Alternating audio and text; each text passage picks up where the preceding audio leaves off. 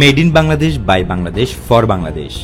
সম্প্রতি চীনের সিনোফার্ম ও বাংলাদেশের ইনসেপ্টা ফার্মাসিউটিক্যালসের মধ্যে সিনোফার্মের উৎপাদিত টিকা বাংলাদেশ ফিল অ্যান্ড ফিনিশ করে বাজার করার একটি চুক্তি স্বাক্ষরিত হয়েছে। এই চুক্তির অপর স্বাক্ষরকারী বাংলাদেশ সরকার। জানা গেছে আগামী 3 মাসের মধ্যেই মাসে 50 লাখ ডোজ কোভিড ভ্যাকসিন উৎপাদিত হবে দেশেই। নিঃসন্দেহে এটা আশা জাগানিয়া তথ্য। আমাদের কর্তৃপক্ষ আশা প্রকাশ করেছেন একসময় হয়তো আমরা বাড়তি ভ্যাকসিন রপ্তানিও করতে পারবো। তবে মনে রাখতে হবে যে এই আপাত স্বয়ংসম্পূর্ণতা কিন্তু আসলে অপরের উপর নির্ভরশীল।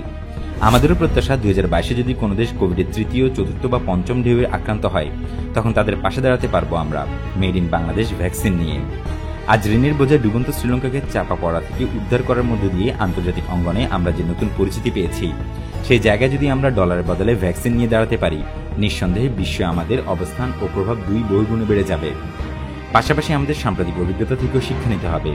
আজ যে বন্ধুর ভরসায় আমরা ভ্যাকসিন উৎপাদনে যাচ্ছি, কাল যদি তার নিজ দেশে কোভিডের বড় একটা ধাক্কা এসে লাগে বা অন্য কোনো কারণে তাদের হাতে দেওয়ার মতো আর উদ্বৃত্ত ভ্যাকসিন না থাকে, সেক্ষেত্রে যাতে আমরা আবারও বিপদে না পড়ি সে বিষয়টাও বিবেচনায় রাখতে হবে। মনে রাখতে হবে সেরাম ইনস্টিটিউট যে হঠাৎ আমাদের ভ্যাকসিন সরবরাহ বন্ধ করে দিয়েছিল, তার একটা বড় কারণ ভারতে করোনার বাড়াবাড়ি রকমের পর্যায়ে পৌঁছানো। অন্য আরেকটি কারণ ছিল সেরামকে ভ্যাকসিন তৈরি কাঁচামাল সরবরাহে মার্কিন যুক্তরাষ্ট্রের বেঁকে বসাও। কাজেই আমাদের ভ্যাকসিন সক্ষমতা বাড়াতে হবে এবং ভ্যাকসিন উৎপাদনে সত্যই সক্ষম হওয়ার জায়গাটা জোর দিতে হবে। এটা খুব দুঃসাধ্য কিছু নয় বলে উল্লেখ করেন অনেকেই। যে সিনোফার্মের কাছ থেকে আমরা এখন ফিল অ্যান্ড ফিনিশ করার জন্য বাল্ক ভ্যাকসিন আমদানি করছি, তাদের সঙ্গে টেকনোলজি ট্রান্সফারের বিষয়ে আলোচনা চালানো যেতে পারে। রাশিয়ানরা এদেশে তাদের স্পুটনিক 5 ভ্যাকসিনটি উৎপাদনের জন্য টেকনোলজি ট্রান্সফারে আগ্রহী। ভারতেও তারা একইভাবে এগিয়েছে। ভারতে এখন প্রতি বছর 8.5 কোটি ডোজ স্পুটনিক 5 স্থানীয়ভাবে উৎপাদিত হচ্ছে। এর বড় কারণ আমাদের বৃহৎ জনসংখ্যার দেশে বাল্ক ভ্যাকসিন সরবরাহ করার মতো উৎপাদন সক্ষমতা রুশদের নেই। গোপালগঞ্জের ইডিসিএল এর একটি বড় ভ্যাকসিন প্ল্যান্ট তৈরির কথা আমরা পত্রিকার মাধ্যমেই জেনেছি। অর্থাৎ সরকার ঠিক পথেই এগিয়ে চলেছে।